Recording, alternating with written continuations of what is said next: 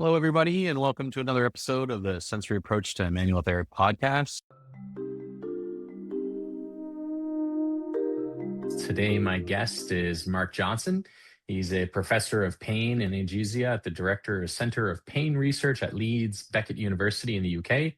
He has 30 years of experience. He's published over 300 some research articles, supervised PhD students, and his work spans clinical trials, experimental pain research, systematic reviews, and pain education.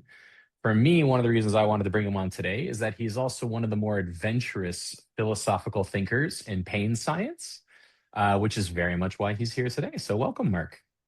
Thank you very much, Troy. It's great to be here. I'm looking forward to this. I came across one of your papers recently, and I have a research blog, and I looked at your paper and I several of them, and I put them together and I published out my own interpretation of that stuff, and it kind of brought me down this rabbit hole of reading some of your papers, and there's many of interest, but where I want to start with, because I have a flow that I think might get us to where I'm trying to go today with how what you talk about, because you're not a clinical pain No. person, you're a research one. And my listeners are primary clinical. And so bridging that gap is often a very complicated thing because what looks good on paper doesn't always apply in a clinic. And so I want to lead a conversation which I think might get there. The first one being what you call the hidden curriculum problem, which you've talked about. And in some of my previous podcasts, my listeners, they've heard me talk about my crisis of faith, where when I started massage school and graduated, I thought I was top dog, and then I came across some of Paul Ingram's research, and I kind of went, whoa, I have been lying to my clients, not out of maliciousness, but out of ignorance, not aware that trigger points do what they think they do. Fascia doesn't behave the way we think it does. And we definitely don't have the mechanical stimulus to create changes in the body the way that we historically were taught. And yet, my clinical outcomes are still present. I'm still getting results with my clients. They're still finding improvements. And so my crisis of faith really brought these two worlds together, which led me down the neuroscience pathway.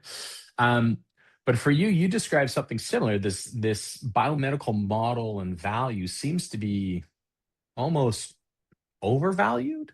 Do you want to talk a little bit about that? Yeah. I'll reframe it then. We live in the normality of now. This is our normal. We're born into it. We come out of the oblivion of before becoming consciously aware into a ready-made world. And it just happens for us as individuals to be in the ready-made world of, for me, the 1970s and 1980s and onwards. And I think that ready-made world is beautifully sort of conceptualized by Joseph Henrich's work. He coins the phrase, we're in a weird world. I remember reading that article. Yeah. I mean, it's a fantastic perspective to understand our blindness, firstly. So it's a westernized, educated, industrialized, rich, democratic mindset or worldview. And I thought that was such an interesting way of looking at and defining it as weird, but it's so true. It's the colonialized, my father's indigenous. And here in Canada, we talk about it as the colonialization, and it very much comes from that up-down vision of reality. absolutely. And of course, when you're born into that normality, you're blind. You're blind to any other reality, except the realities of the past that have been written down in scripts and in literature. And what we tend to do when we revisit those scripts and literatures is to then place our normality into them. So I've written a little bit about medieval Europe and pain in medieval Europe. And of course, our perception of it in the comfortable world of weirdness that we have at the moment is, well, it must have been dreadful to live in those times because of, the conditions, the deprivation, the squalor that potentially you could be living in. But of course, people in those conditions, that was their normality. So one of the things I'm really trying to do in the way I think about anything is to try and see it from other perspectives. I mean, I think, my mission every day is to wake up and see if I can find something, some situation or some person who can shift my perspective of what I understand reality to be. Because what's given me meaning in life is to try and understand what's going on. That shift from I've got conscious awareness to that point at which I believe it'll stop.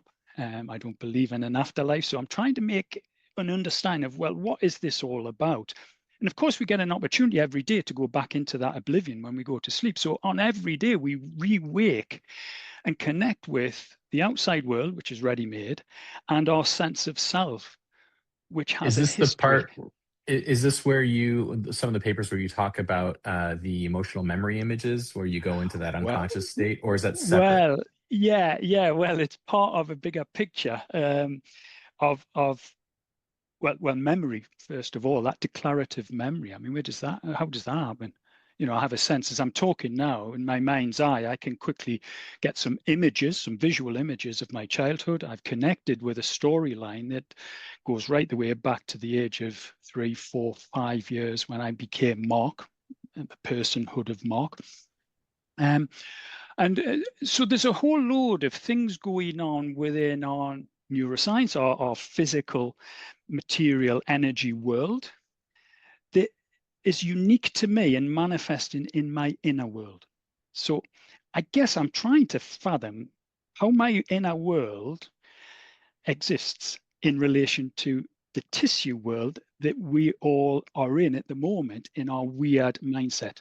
So one of the things about weirdness that's really strong is that it's very tissue-centric. We've spent the last 2-3 centuries becoming more reductive and seeing that energy and that matter of the physical world in real depth, clarity and granularity.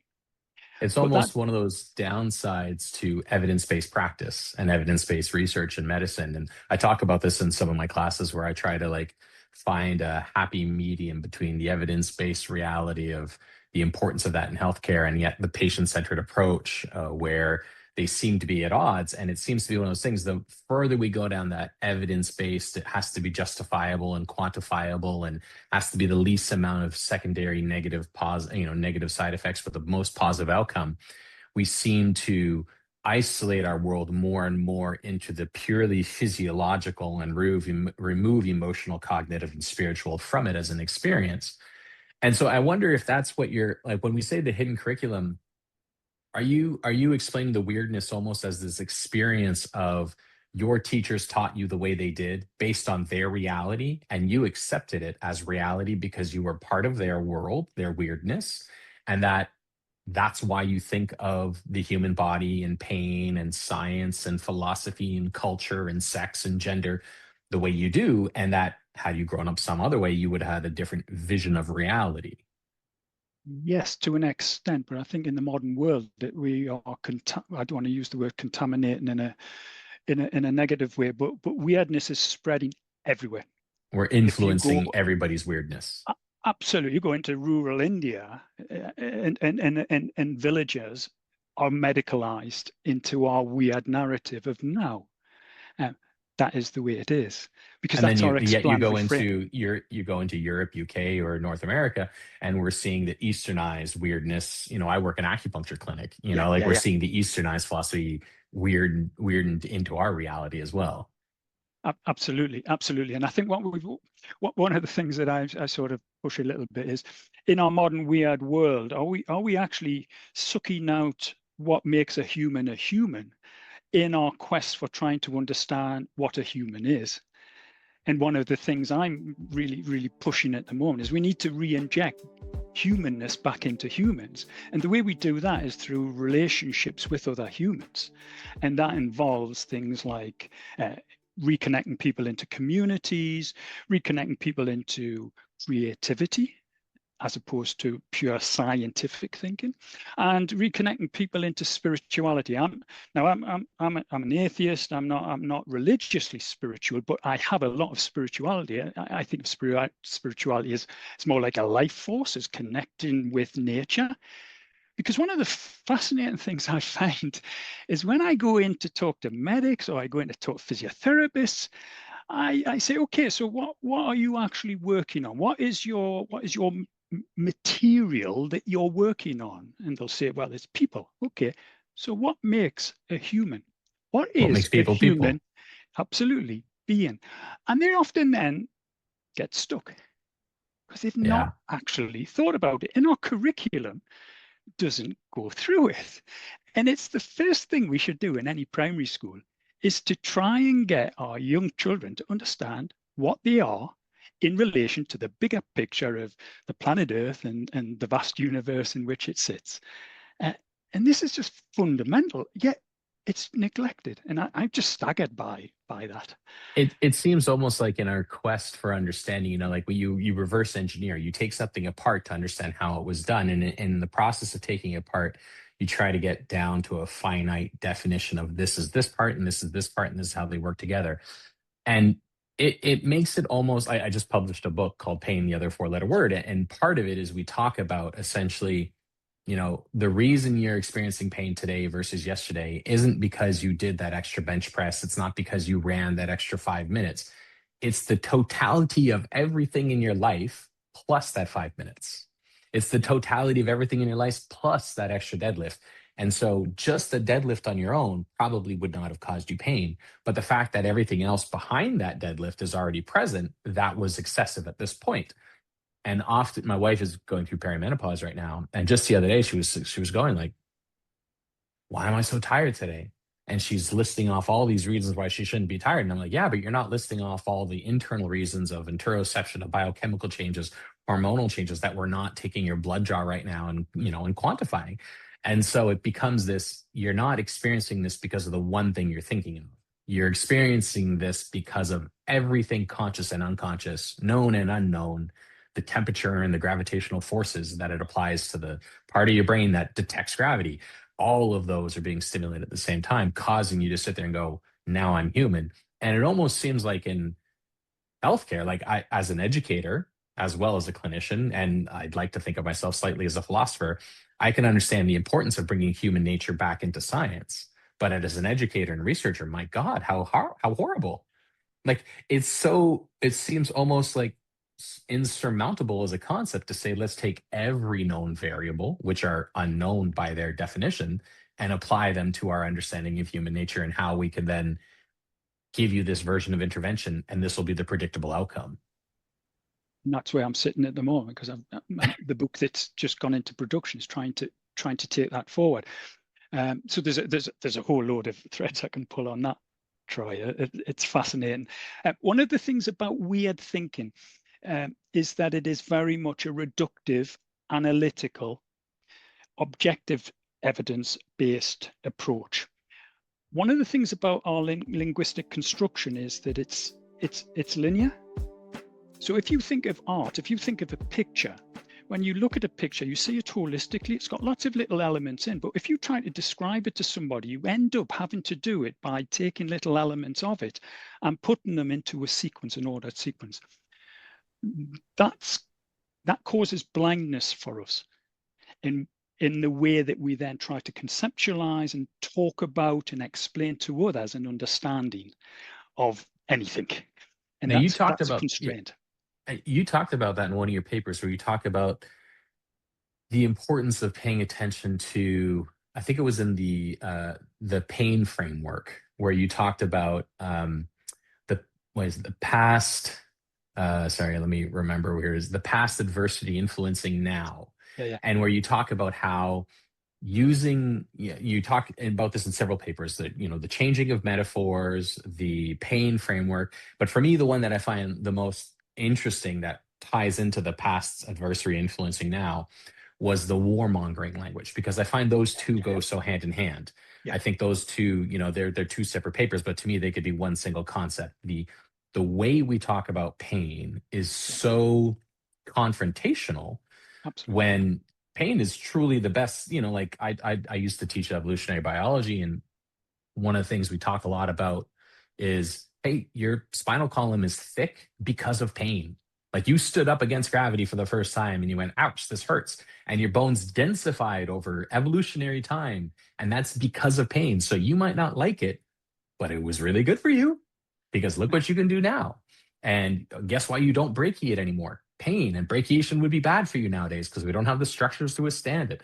And so, you think about pain and heat. Oh my goodness, it saved you from burning yourself. So we don't like it, but what a positive experience in your growth as a human. And so the warmongering language, especially as it relates to, have you ever read Lisa Barrett Feldman's stuff on prediction theory? Yeah, So her stuff, I yeah, mean, that's when you talked about the pain framework with the past adversary influencing now. That for me was so spot on with the prediction. Like your past experiences predict your future outcomes absolutely, very clearly. We see that. absolutely, absolutely. And again, that's what I've tried to pull together recently, because I mean, again, there's lots of threads we can pull on this. But what is that past adversity influence and now? Well, we think of it as our inner world experience, but what is it in terms of being a human? Well, it's priors, it's neural circuitry, that's sort of, patterns and connections that have been made, and they get triggered. They get triggered by serious trauma or by just day-to-day adversity, and they're adapting all the time. So one of the things I really hate at the moment is the way that we frame, for example, chronic pain is maladaptive physiology. No, it's not. It's adaptive physiology. Perhaps it's a maladapted environment, because you've mentioned evolution. Well, we've got an evolutionary mismatch going on. We've got a Paleolithic physiological body trying to adapt into a very rapidly changing external environment. Our And environment that, is evolving quicker than our ability to catch up to it. And therefore we absolutely. experience discomfort because of the mismatch. Absolutely. And what happens is that the way that we live also preys, and I don't mean this intentionally, but the way that we live feeds our evolutionary comforts. So we don't like to move around. It's good to conserve energy when you've got a low calorific environment to exist in, which was the Paleolithic era. Whereas now we've got a high calorific environment. And of course, we want to take as many calories in as we can, because evolutionary wise, we're physiologically adapted to experience pleasure when we do that. We want to sit down and use motor vehicles and not move around, because evolutionary wise, you get comfort when you're sitting down, not doing anything, more than you do if you're running a marathon. So just the way that the modern world's constructed sort of then preys on our evolutionary heritage, which causes then this longer term what I call psychophysiological dis-ease. So it's not disease, we're at unease with what we're embedded in, our environment in the modern world. There's a big debate going on right now in manual therapy around the book The Body Keeps Score, um, which, great book. And the big debate right now is people are getting very upset because they're saying, no, the body doesn't keep score. And I think they're almost taking it too literally, in that, yes, the body does keep score, but it's not like the emotion is stored in your muscle.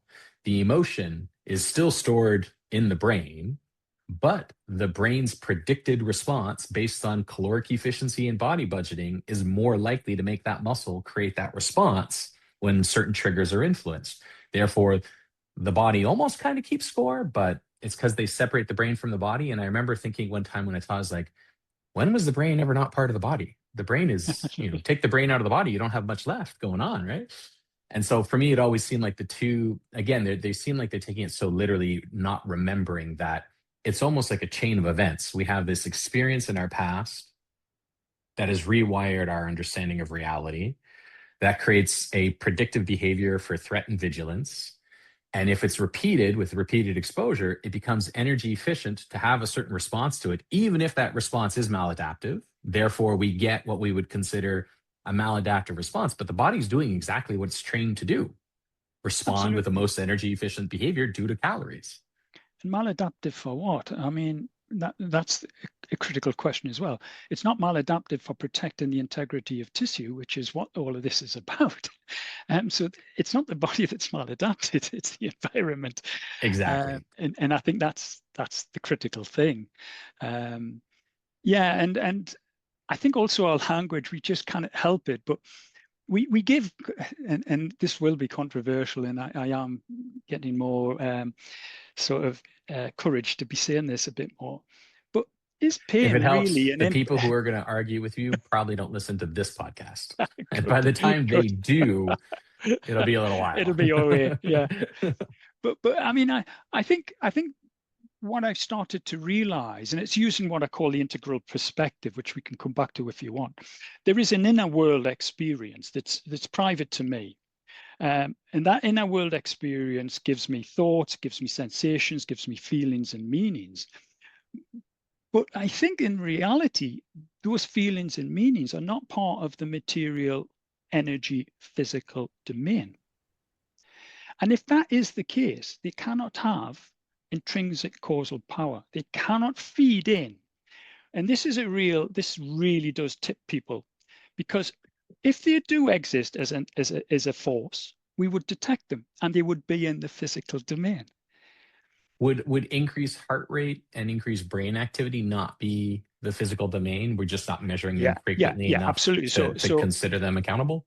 Yeah, but we don't feel our heart rate most of the time. So I'm talking about the inner world. So when we look at trying to hold together the complexity of being a human, the biopsychosocial model was supposedly the one that does it. Doesn't do it. There's no human in it, so it You're cannot talking do about all quadrants, all life, because it's one of my last questions for you. it. Great. And so one of the problems of the biopsychosocial is that individual practitioners have had to work around, well, we've got these lists of risk factors, for example. Well, how do we bring this together to help an individual? And I think, it was a great step forward, the biopsychosocial, and it was grounded in really good conceptual understanding of complexity and systems theory. However, people, we get lost in it. We don't know how to hold it all together. There's not a human in the middle. And there's no Especially if you work in experience. for me, the biggest one, the biopsychosocial, similar with patient-centered care, is if you work in a small environment, if you work, or not small, if you work in an isolated environment where you have one of only a few or the only healthcare intervention person, suddenly the biopsychosocial model, you cannot encompass every component necessary to hold together the biopsychosocial. You can either be the bio and one other, or two other, or you can be barely all of them, but you can't be good at all of them. Like it takes too much experience, time, and knowledge to master every component behind it. And so if you don't have a network of therapists to work with and medical practitioners, the biopsychosocial model becomes hard to implicate for the client and the patient because they just don't have enough resources. Absolutely. And what ends up happening, I think, is that the individual patients walk away saying, oh, the docs give us some lifestyle advice, as if, So what it does is it drifts responsibility back to individuals. Whereas I'm very much about, well, actually, I think we need to drift the responsibility out to society, because we're embedded in a society that's in the background, but the medical narrative brings that background and pushes it further away. It brings the I, tissue to the foreground. I have a young client who's very fit. She's an athlete and she just got into police academy and she's very excited. And she got hurt for the first time in her life, a significant enough injury where she actually feels like her ability to run a half marathon is affected and things like this. And she's 21 years old. So she came in and she hasn't had a lot of experience with medical practitioners before. She hasn't had a lot of injuries. And so she asked me during the session, she said, what's the worst injury somebody could possibly have? And I was like, well, the one you're living right now, that's obviously the worst because it affects you privately. But then I took a step back further and I answered differently. I answered that first, and then took a step back and I said, but philosophically, like globally, if I were to answer that question, I would say low back pain. Not because it's the most pain, but because it's socially acceptable to have low back pain. If I go outside and I tell someone my back hurts today, there's almost nobody in the planet who won't say, take Tylenol or ibuprofen. There's almost nobody in the world who won't say, go get a chiropractic session, go see a PT, go see a doctor, go see a massage therapist. There's almost nobody in the world who won't say, move more, do exercise therapy. And there's nobody who won't believe me, even if I have no physiological reason for my pain. There are very few people, and I'm beginning to get a small community of humans like this in the world around me, who will sit there and say, no, you don't have low back pain. You don't have low back pain. What you have is an experience of predicted threat and vigilance that has caused your threshold and capacity to send off the HPA axis. As soon as your threat and vigilance diminishes, you are not, and you have no tissue damage. We've seen your body is in healthy shape. You're lifting tons of weight. There's very few humans who will counter the thought process and say, I disagree with your statement about your back pain. Same with the headache. But if I walk outside and say, look, my toe hurts because I have a nail in it, and they physically look and there's no nail, nobody will believe me that my toe hurts. And so when she said, what's the worst type of pain that you could possibly have? I really think it would be low back pain, only because the societal acceptance and propaganda that we see through marketing and social media and pharmaceutical companies on how acceptable it is to have low back pain. It means that I'm willing to believe it far more than reality. Yeah, I mean, with pain's a social construct. We learn the word pain. We learn how to express it. I often, I ruminate on, well, if we didn't have a language, how would pain manifest in my body? It wouldn't exist, not in the way that we think. So I'd have discomfort. I would have, I'd have behaviors, garden behaviors, escape behaviors. I'd have an internal tone of not liking it, but I wouldn't have a language on which to express it. And I do think that, when we look at damage-loaded language in particular, and then warmongering language around pain, well, we're socializing people into that experience. And the more granular that becomes in terms of the words that I use, if you look at something like the McGill Pain Questionnaire, if you sat and studied that and then went to the doctor and explained, well, it's this and this and this, your experience of using those words really makes the pain you're experiencing potentially more granular in itself. So there's this messiness that's going on around that. And the other thing is that, the biggest issue is people need to feel validated, both in legitimately in what they're telling people, but also that their pain exists and is believable. And the bottom line is, you can't disprove anybody's pain, because I'm not in your world. I cannot go into anybody else's inner world. So that validity of the person and the validity of the pain is it's a no-go area. If you say you're in pain, you're in pain. I can't prove Exactly. otherwise. And then, what's the worst pain? Well, look, often I say it's not about the pain. Pain's not the issue. If you want to remove pain, it happens virtually every night when you go to sleep. We can put you into general anesthetic. We can give you local anesthetics, but when you get your local anesthetic, you'll disembody the rest of that area of the body. So pain we can manage. It's when pain does not pass. So the expectation is you have an incident and you expect it to pass, the pain to pass, the tissue to recover or whatever. That's the issue. It's the stickiness. The stickiness is what I wrote about in the blog, because that was one of the papers that first brought me to your attention, which is it wasn't the stickiness, but it was the way that I titled my blog called "The Biomedical Model Has a Shelf Life." And I don't mean in that the biomedical model will expire in its functionality. I mean, it has a window of effective treatment, and then it is no longer effective. That's its shelf life. And I think that window lies roughly in the 3-month category, usually when pain shifts into the chronic state. Not always the case. Sometimes we see like a herniated disc fully reabsorbs at 8 to 12 months. So there, the medical model sits a little longer, but an ankle sprain, even a severe ankle sprain, 3 months longer, traditionally is quite improved. Broken bones, quite improved. And so for me, that shelf life really applies to the biomedical model, where at the 3-month window, that stickiness is no longer, your tissue is damaged and your nociception is present, and it's sending stimulus to the brain, and the brain is interpreting it and going, I feel danger, therefore here is your pain response.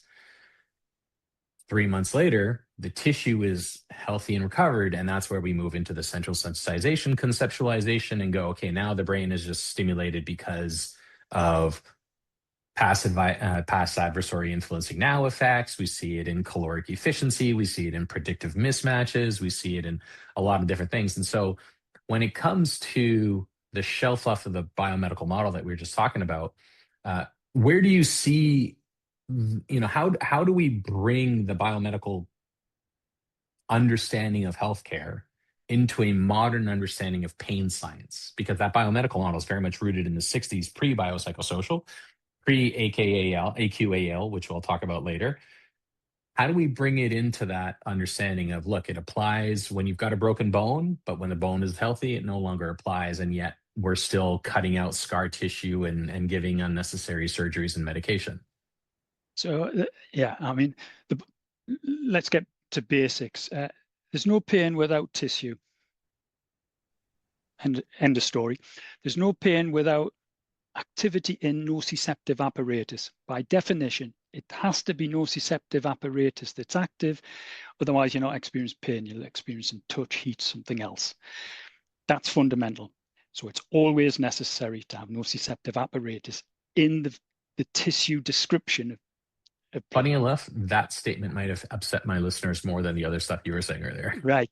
Now, Because there's a bit of a debate right now about that, even absolutely. though it shouldn't be a debate, but there's a bit of a debate. So there's what's been banded around at the moment is the idea that tissue damage, can be completely uncoupled from pain. Well, let's get back down to basics again. What's tissue damage? It's basically the environment within the extracellular fluid and the intracellular fluid. That's that environment. And tissue damage is a human construct, a linguistic human construct, as is health, to try and capture what that change is. Now, it might be that you've got the presence of acidity. There might be mechanical deformation of cells.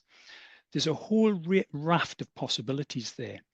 And that can be happening at any part in the system, in the biological system. So I think what happens is, again, our linguistic framing does constrain our ability to get the nuance of this clearly.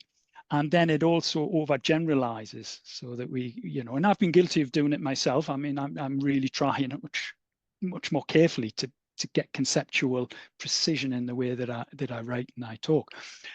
But yes, you could have this tissue healing peripherally, yet there's something else driving within the system that causes activity within what we might categorize as this nociceptive apparatus, because as soon as it emerges as pain, then it is nociceptive apparatus by definition. So even if you wanted to go backwards from pain, it still has to be nociceptive apparatus. Yeah, absolutely. By our Central categorization doesn't remove nociception. No. And I think one of the things about the way we talk about things, we conflate inner experience and bodily tissue as if they're the same thing. And it's just because we've shortcutted a bit, because we've not really got the nuance of what's going on at a physiological and then an experiential level. That's because in our weird world, people have been given credit more and more in academia for becoming more and more subspecialized, which causes silos. So the world of the generalist is sort of poo-pooed in the modern world. It's not. It's almost like the opposite of trying to take into account the entire of the human being. It's you're really good at the arm, ignore the rest of the structure. Absolutely. Is this academia, potentially that's where you get your career progression. The more you're in depth in producing and becoming a world expert in one area, the more likely you're going to get career progression. So there's a whole load of insidious forces at the macro level that are driving which the again, way we do even those forces in their original intent were a value. Hey, become more specialized, you'll do better, we'll pay you more, but have become almost so extreme that they have negative consequences to them. I published a podcast a little while ago with a lady from the University of the West Indies on the 10,000 papers that were withdrawn from the world recently, where she actually did a dissertation on that. And we talk about the same thing, like these original idea behind research is you should get better, but what it's produced is research mills where people like it's just pumping out any piece of paper that has almost zero value or credit to it just because it's to say I did a paper and I can put my name behind it kind of thing. Absolutely. So when we talk about the nuance, it almost seems like it's at conflict in general with the way our weird world works in that. So like I'm in Canada, so our healthcare is public, similar to yours. But even in a private system like what lives in the United States and things like that, there's this difficulty in that, similar to the NHS, you guys don't have enough doctors. We don't have enough doctors. There's not enough doctors anywhere in the world. And so to be nuanced takes more than 15 minutes. To be nuanced takes more than just here's a pill, go away. Now, let's say, I'm making these numbers up, I don't know if they're real, but let's say 75% of the population gets better with a 15-minute intervention. is it not valuable then to stay there and just keep the non-nuanced world when we go, the majority find improvement, even though these 25% over here are all suffering forever? And yes, they would benefit from nuance, but we just don't have a system that allows for that level of personal intervention. Yeah, yeah. So again, there's a number of things coming out there. The nuance is really important to get an understanding of the basic processes that are going on at, say, being a human being. But often that's not necessarily pragmatic in assisting people to have meaningful existences. So there's a tension there. So when I was talking about perhaps your thoughts aren't actually driving your behavior as a determinist viewpoint, or pain is not driving your behavior, it matters not one iota to a person living day to day. In fact, explaining that and giving them the reason why your thoughts are not doing it may derail them, probably would. And evolution is very good at physiologically adapting our inner experiences to match survival out there in the real world. So it doesn't matter day to day, but it does matter in an understanding for us in academia, for example, to make sure that we are not driving the direction of progress forward in the wrong way. So what tends to happen is a bit like a pendulum, it does overswing. So the biomedical pendulum has overswung when it comes to the stickiness of pain that does not pass, because our Do you see focus. it swinging back now with our Yeah, current understanding of modern yeah, pain? yeah. I mean, that's what I'm trying to do. But I have to say that the biomedical model is at the core of it, because it sits in tissue, and tissue has to be there for pain to emerge. It's kind of what, yeah, it's kind of what I talk about with a lot of my students when I Yeah. teach classes. We can't remove the biomedical model. Don't throw the baby out with the Oh bathwater. no, no, absolutely. Just don't think it's the only thing that's important. Yeah, yeah. It has more to it. Awesome. And I think, when you look at professional identities, so I did this with the physiotherapy students the other day. Their professional identity is in the body. They're mechanists, and mechanisms comes from the Industrial Revolution in terms of an analogy and a linguistic way of then describing, which becomes the way we think about the body. So we think of the body mechanistic, not as organic. And that might shift as we move into more digital and AI stuff. We might get different analogies and different ways of explaining linguistically that shifts our conceptual understanding. But I think that's the challenge. So I think you've got to start to identify, well, where are the right people located? So the docs are just brilliant in tissue, saving people's lives. That's what they do. That's what they should do, and they should stay with that.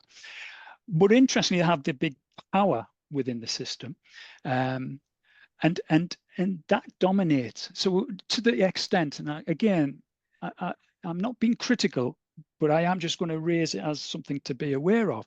We've therapized everything.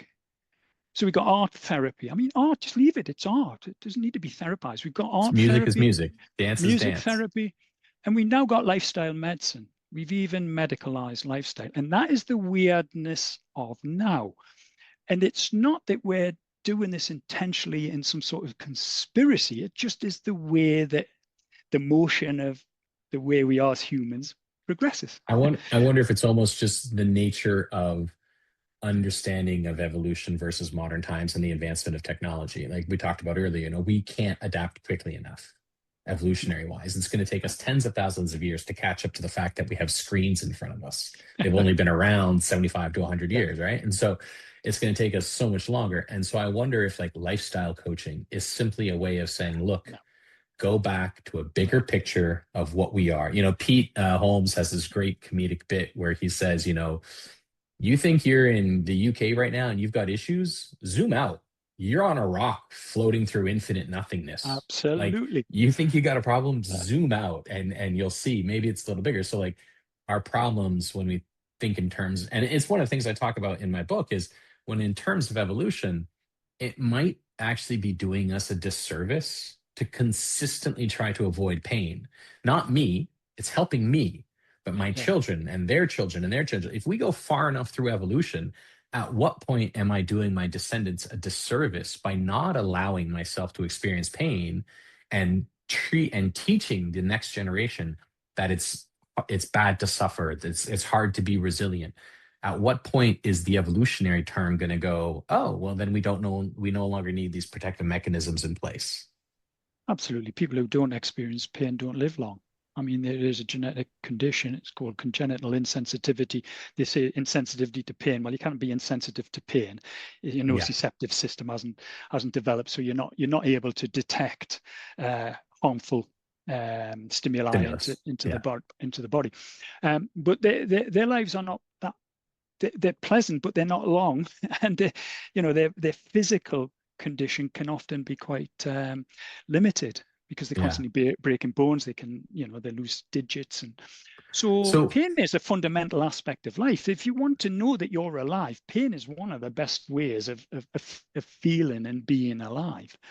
you Um, said something earlier about humans and evolutionary, we seek out, it feels good to sit instead of walk because I'm not doing a marathon. One of the things I've always thought about when it comes to neuroscience evolution is the human body, actually, we're not programmed to experience pleasure.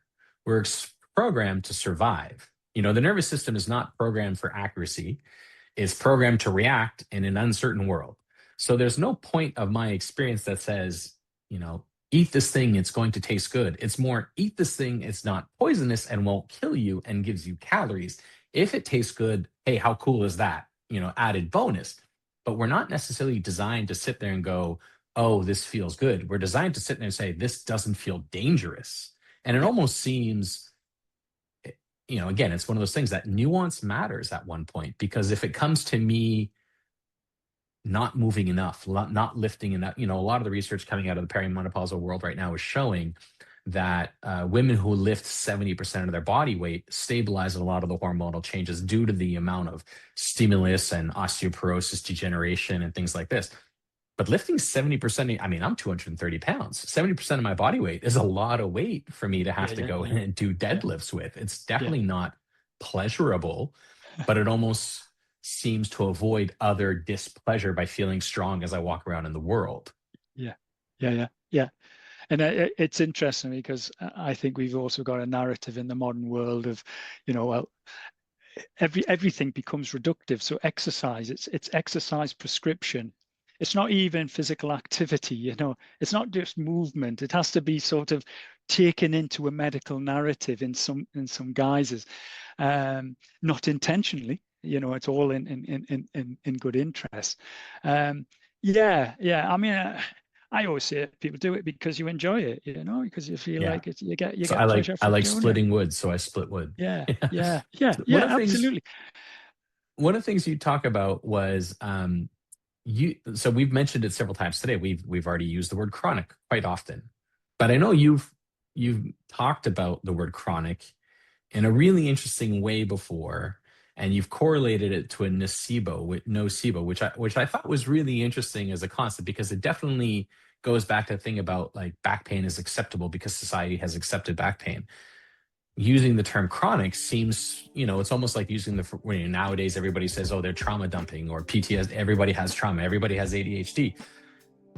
And it's not to trivialize those who are experiencing it. It's to make people who aren't experiencing it realize, are you using the correct terminology? And for chronic, I almost wonder if it's become too easy, almost because of the medicalized system we have, to say someone's living with chronic XYZ. That way they have access to care, they have access to medication, access to insurance, things like this. Yeah, yeah, But might it not also be the reason they are continuing their condition? yeah, yeah, absolutely. So I unpack in the book. I unpack the word chronic. It's got a number of connotations that I think now are doing us a disservice, and are causing harm. So I think language causes harm, quite simply. And I'll just take your listeners through why it does. Um, when I get an inner thought, the way that I communicate, so we're communicating our inner experiences to each other and our inner thoughts. We're doing that by sending what's in our inner world out into the real world. So it becomes movement in air molecules, which then becomes movement of an eardrum and you, and then it gets converted into your inner world. So language is insidiously harmful because it becomes a physical thing, which is transduced into changes in your neural system and in your bodily processes. So the words we use can be as dangerous as any chemicals we swallow, as pills.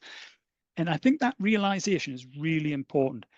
I think of language as part of the settings in which we exist, and once you start thinking like that, then you start to realize, well, I wonder what these words mean. So chronic, I mean, one of the things that's really important is that we don't nominalize something that's in motion. So we're all in motion. There's no static moment in time.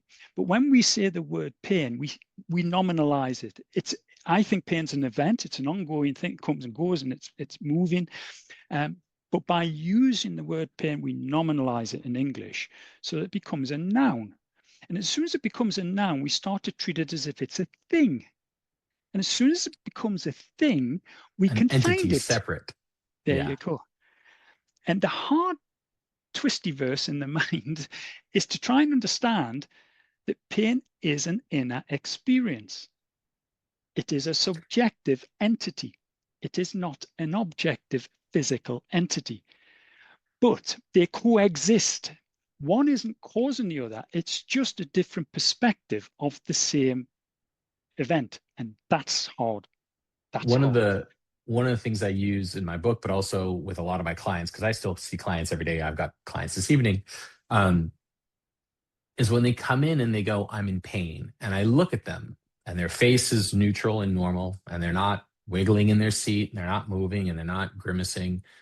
I go, okay, well, let's talk about that word. It's one of the things I do in my first session is, if you're going to use the word pain, which you are completely allowed using, you have to be experiencing one of two concepts. It has to be either one, a 5 out of 10 on the pain scale, and two, or which would be the equivalent to a grimace. You're physically making a face. Or two, it needs to be described as sharp. So when people come in and say, "Oh, I have this dull, achy pain," and they're not making a face, I go, "Do you mean discomfort?" And eventually, over time, they start reframing it on their own, and they go, "I ran today and it was tense and tight and stiff, but I wasn't in pain." And the moment they remove the word pain from their experience and they internalize it as discomfort or tension or tightness or stiffness and non-sharp, their threat levels drop, their HPA axis doesn't kick in, their vigilance levels drop. And I go, look, you're doing more activity with less what you would describe pain and more discomfort. And that already changes your understanding of reality. And it really shifts that understanding of it's something happening to me versus something that's happening within me. Brilliant. We did a project which really was quite profound for me, working with artists. So it was an artist-led project called Unmasking Pain, where we brought in I talk about that in the blog that I did your paper on that as well. I mean, it was just fascinating watching how the artists interconnected with people living with pain versus how we would normally do it in clinical settings. What I really liked about it was that it was non-clinical driven, which meant people talked about it differently because they weren't talking to a healthcare practitioner. Yeah, absolutely. And what was interesting was the artists, they let the participants lead. So the word pain was not mentioned. The artists weren't going to prime anybody with the word pain. And what quickly became apparent was pain, was causing some suffering, but that wasn't the main thing. Because the context had shifted from the clinic. And if you go to the clinic and you've got a respiratory condition, you talk about breathing. If you go to the pain clinic, you talk about pain. So in the artist-led things, it was much bigger picture that was going on. Pain It's was quality of life. I don't get to play with my kid. It's one of the things. Most of my listeners are massage therapists. I have quite a few in other disciplines, but most are massage therapists. And I know massage therapy is different in North America than it is in the UK. I have a few listeners who've spoken to me how there are differences in that it's more medical. It's closer to physio and sports in the UK. But it's one of those things where we get an hour with our clients. And oftentimes, again, it's this thing of society has primed people to believe this about massage therapy. And it's not true by any means whatsoever, but society has definitely primed it this way. they totally will tell us everything as though we're their psychologists. And we are not. We're massage therapists. We're not Yeah, yeah, trained in yeah, psychology. yeah, yeah, yeah. A lot of us don't know how to handle this stuff. We have tons of continuing education classes on how to protect yourselves from being trauma dumped and stuff like that. But it is definitely one of those experiences because people come in and they don't go, I'm at a respiratory specialist. I'm not at the, they come in and go, I'm here for everything I am. And that everything I am is usually my quality of life is suffering Yeah, and pain is part of it, but it's only a part of the reality of my quality. And that becomes important. Yeah. absolutely. So I So want there's, to, sorry, I want to take that and move it in because what you're talking about to me, it reminds me of the all quadrants, all life experience, right. Yeah, yeah. because you've talked about the inner and the exterior a few times. And I want to be respectful of the time we have. And this is a concept that I really want my listeners to hear about. If I had never heard about it before I read it in your paper, I've definitely seen from both from what you read and then some of the other critiques that it's got a lot of criticism. It's definitely not a it's not, it is very much a controversial concept, the all quadrants, all life. So I know you've tried to narrow it down to remove some of that controversy and to get rid of a lot of the variables behind it. Do you want to bring a little bit of that into this? Yeah, Because you've yeah. mentioned it a few times in different words. Yeah, yeah. So we've got a three circle model, biopsychosocial. It's accepted within academia, within medical circles, because it's gone through peer review processes and gone through the traditional, conventional approach. Um, the model, it's called the AQA model. It's an integral model, all quadrants, all levels. Um, is an attempt by a guy called Ken Wilber, who is sort of a popular philosopher, sort of author of trying to bring everything together to construct something that holds together, a framework that holds together the complex reality of living as a human being. So it's experiential. And there's four quadrants, which I think are really good because at any moment as you exist as a human, there are four perspectives or four lenses you can look at your existence. So the perspective that we all experience, the only lens we really have is our inner world. That's an upper left quadrant. It's the inner world of what you might call your mind, but it's what I think of as the feelings and meanings that we have as an individual. There's Does it also, incorporate interoception as well, or not so much? yes, yes, anything that's going on internally that Even if you it's experience. physiological. Yeah, yeah, but it's not the physiology. So it's just that inner experience, this phenomenology, if you want to see a lived experience. So that's the upper left quadrant. The upper right quadrant is the exterior world of me. So try at the moment, you can see I've got a body, you can see my tissue, you can see my behaviors, you can hear my words. So they're existing in the physical world that's out there, but they belong to me. So it's my physiology, it's my tissue, it's my behavior. So they're the individual quadrants. But I'm also in a shared environment. I'm in the shared environment of our physical worlds. Um, so I share this house with other people. I also share an understanding of our systems, such as financial systems, medical systems, rules and regulations. I share those. Um, and that's the lower right quadrant. That's in the external world. We can all see them. But we also share our inner worlds together. So you and I are sharing our inner worlds. These shared meanings between people, we often call culture. And it's the values and morals of being part of a community of human beings. And If I that's the say lower something like the left. term Brexit, we both have an understanding based on our personal Absolutely. experience, and it's all internalized based on cultural experiences. Absolutely. And it may be an in-group thing for me and an out-of-group thing for you. And it's often, when we talk about culture, we often talk about, ethno-cultural perspectives and race and things like that. But actually, it's moral values that I think are really important. So they're the four perspectives of any moment in time. And it's just a really good way of bringing everything together because no moment in your existence disconnects from any of those perspectives. They're all happening simultaneously.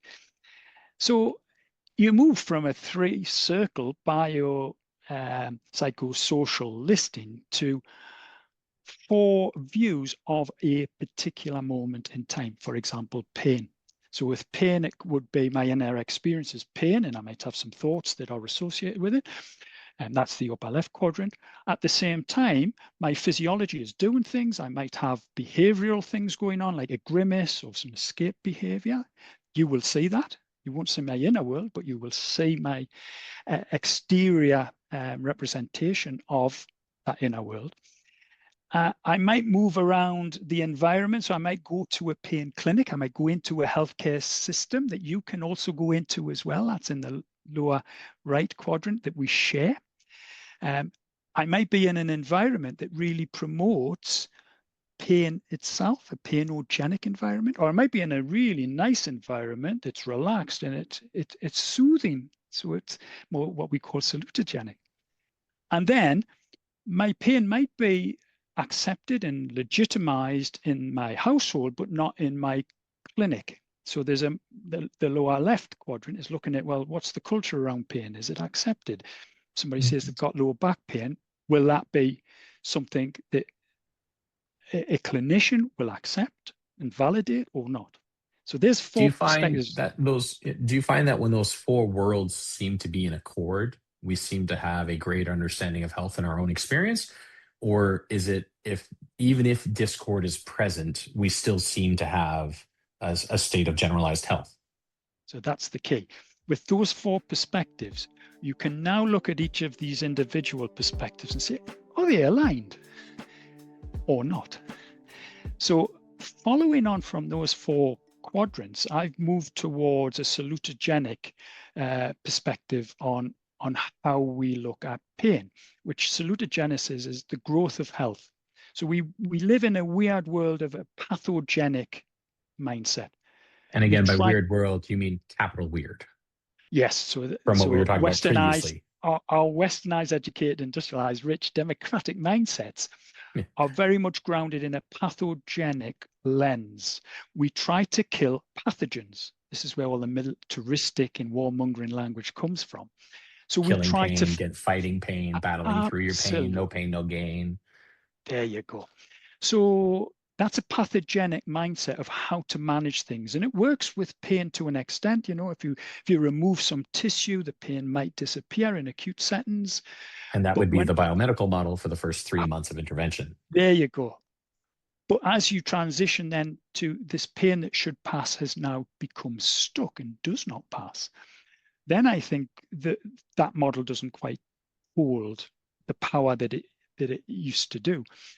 So a salutogenic model, instead of just going at the tissue and trying to, treat the pathology, is about growing health.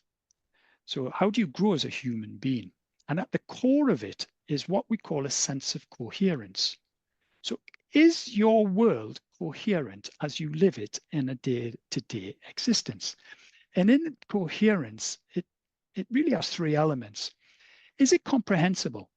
So is what's going on comprehensible? And you can apply this to pain. Is what the doc's telling me comprehensible? And does it match up with what the physio or the massage therapist is telling me or what my family are saying? So comprehensibility. With that comprehensibility, am I able then to manage through so that I'm not suffering? So there's a managing element, comprehensibility, management, and then the last one, which I think is the critical one. Is what's going on around me in my life meaningful?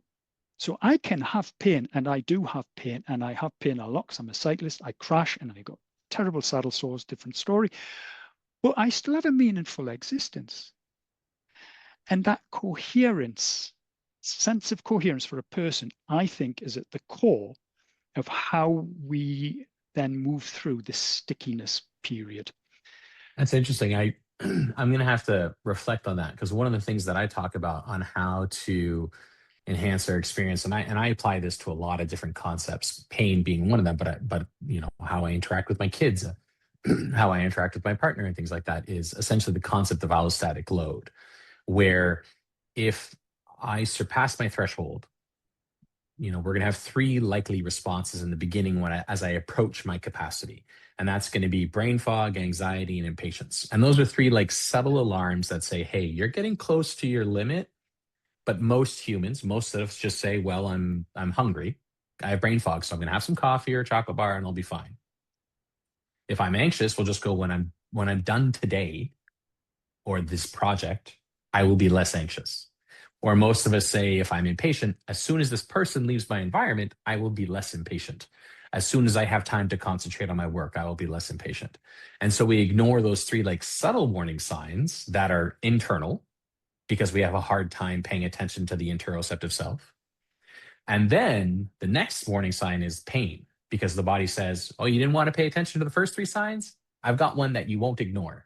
So suddenly you get a headache. Suddenly your back starts hurting. Suddenly you're sitting at your computer too long and your neck starts hurting and your upper back hurts and you go, oh, it's my posture. When in reality, it's you've just overblown your capacity and threshold. My version of the cohesiveness version would be instead of saying, let's not get to that limit. It's when you get anxious, when you get impatient, when you get brain fog, you need to listen to those three warning signs and you need to take a break and you need to allow your system to calm down.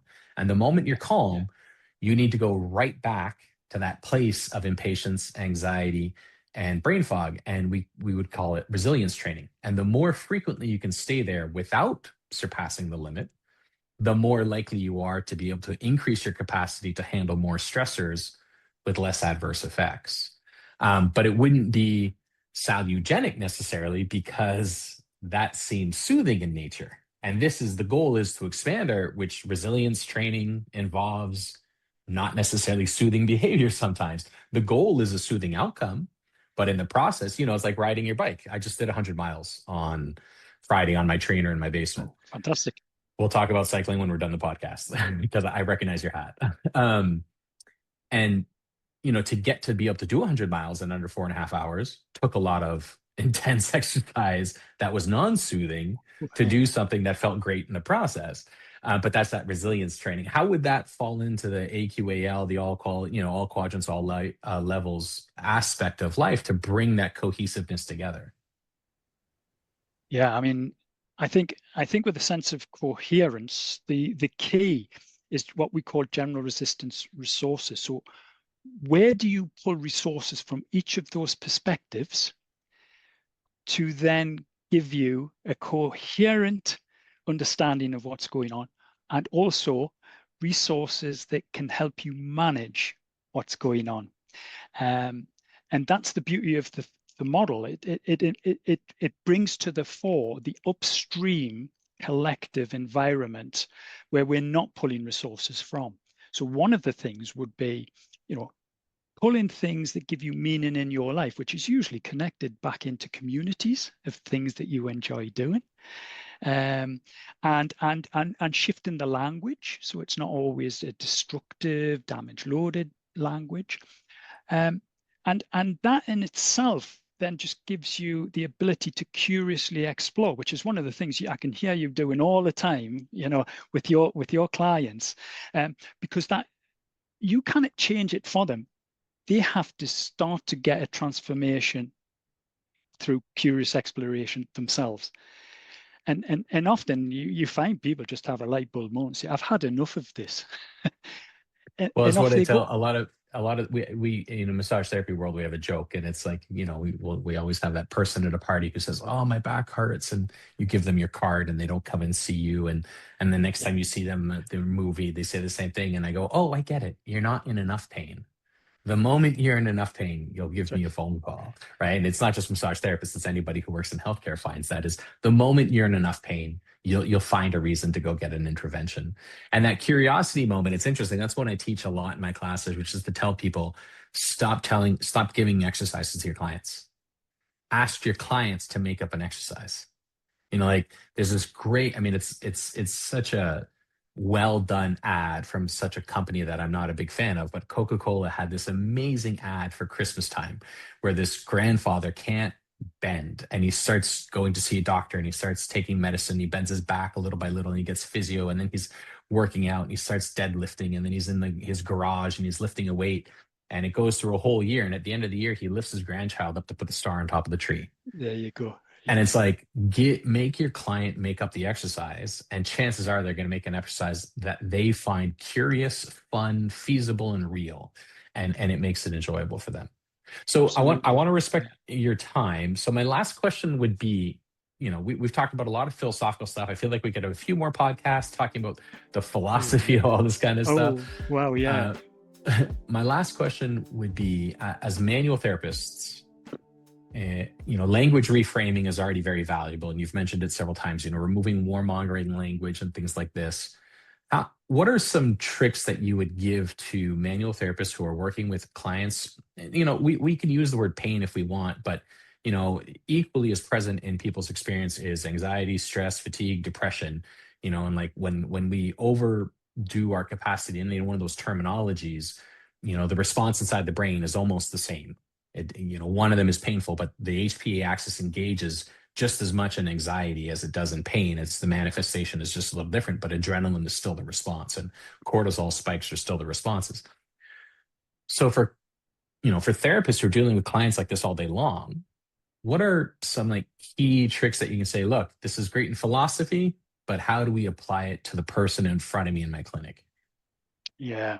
So my background is in TENS. That's so transcutaneous electrical nerve stimulation, which electrically rubs pain away. From an evolutionary perspective, the first thing anybody does when they're in pain is to start to rub around the area because it soothes. So for me, it's about soothing the body, calming it down. So I think in the modern world, many of us are in a state of psychophysiological dis-ease, I find.